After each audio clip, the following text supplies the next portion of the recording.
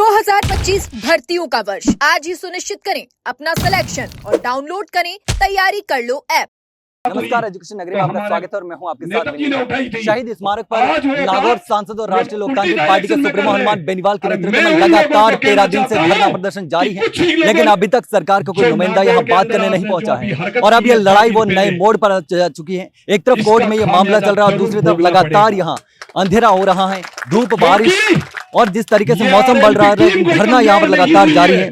Sir, लगातार यहाँ 13 दिन हो चुके हैं लेकिन धरना जारी है। अब आगे अग्र जो प्रदर्शन है 1 लाख लोगों के रैली करने का भी ऐलान कर दिया। आज राष्ट्रीय लोकतांत्रिक पार्टी परिवार को आमंत्रित किया मैंने, पूर्व पदाधिकारियों को, तमाम चुने हुए जनप्रतिनिधियों को, और हमारी एक ही छत्तीस रैली का ऐलान करें हम। और आज हमारी अभी संभाग वाइज वापस यहाँ से जाने के बाद बैठक भी होगी, क्योंकि मॉक ड्रिल था तो हमने 2 घंटे इस कार्यक्रम को स्थित रखा बीच में। उसके बाद यहाँ आप सबके सामने आए बड़ी संख्या में राजस्थान के आरएलपी परिवार के लोग, और आज संघर्ष समिति के एसआई भर्ती के अभ्यर्थी भी दूसरे लोग भी यहाँ पे आए।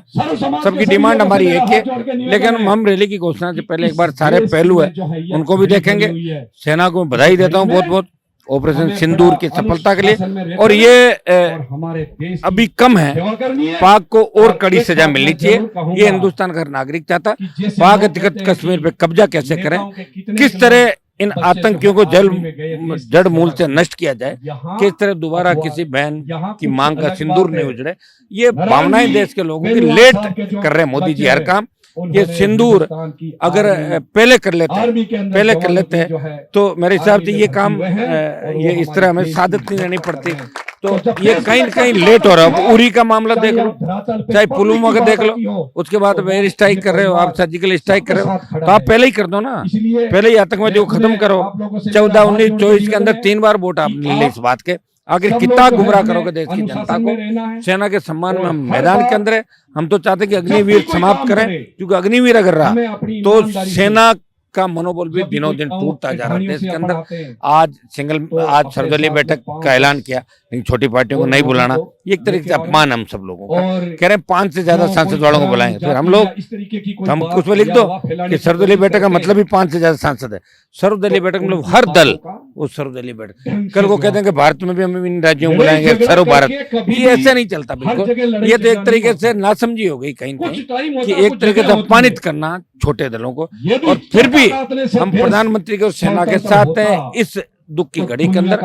आरएलपी पार्टी का जवान, आरएलपी परिवार, सेना के सम्मान में हम उनके साथ खड़े हैं हर तरीके से, जहां भी आवश्यकता पड़े हम साथ हैं। देखिए, देश में एक मोर्चा अटल बिहारी की सरकार गिर गई थी, इसलिए सिंगल मेंबर पार्टियों को कमजोर नहीं मानना चाहिए। ये मैं अमित शाह और प्रधानमंत्री जी को कहना चाहता हूँ। लेकिन जिस तरीके से राजस्थान में भी जब से आपने मंत्री पर आरोप लगाया था, आपके पुतले जलाए जा रहे हैं, लगातार विरोध किया जा रहा है अलग अलग जगह पर। हाल ही में 2 दिन पहले आपका एक जगह 10-12 जो तेल चोर थे, ज्यादातर तो पुतले जलाने वाले ज्यादातर तो बकरियों के, भैंस के चोर, कोई तेल चोर, ऐसे 8-7 लोग तो वो थे स्टीशटर थे, कोई तो उनका कोई वजूद नहीं, घूमते रहते 7-8 लोग तो कहीं इकट्ठे हो जाए। मुझे तो नहीं दिख रहे पुतले जलते हुए कहीं पे भी, और जले तो अच्छी बात है ना, सच्चाई के लिए लड़ते हुए जान भी जा सकती है आदमी, लड़ना तो पड़ेगा ही।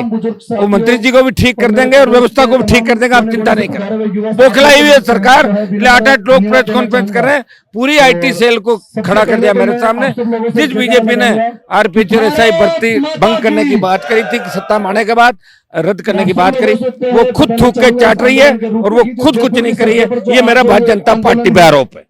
आपने ये भी बोला था कि हनुमान बेनीवाल यहाँ धरने पर बैठा है, इसका मतलब ऐसा ही भर्ती रद्द है। 100% वो तो है ही, पक्का ही है। तो अब ये 1 लाख लोगों की रैली का क्या, किस तरीके से रोड मैप आपने बनाया, किस तरीके से तैयारी? मैं कह रहा हूँ अभी जिस तरह मॉक ड्रिल, जिस तरह देश में हालात बने, कल ही मान लो युद्ध हो जाए तो भी रैली थोड़ी करेंगे। इसलिए मैं भी घर पे जाके बैठ के रैली की तारीख का ऐलान करेंगे। 14-13 में 1 तारीख हो सकती है, आगे भी हो सकती है, वो हम करेंगे रैली का ऐलान। 1 लाख लोगों की रैली का जो रोड मैप है वो बनाया जा रहा है, जिस तरीके से लगातार ऐसा भर्ती प्रदान करने की और आरपीएस से भंग करने की मांग चल रही है, इसी को लेकर लगातार 13 दिन से धरना प्रदर्शन जारी है। लेकिन अब देखना होगा कि आगे क्या होता है, क्या सरकार रुकती है या फिर नहीं रुकती। लगातार धरना प्रदर्शन जारी है। हनुमान बेनीवाल का साफ कहना है कि भर्ती रद्द करवा कर फिलहाल तो इतना है, जल्द मिलते हैं जानकारी के लिए। नमस्कार।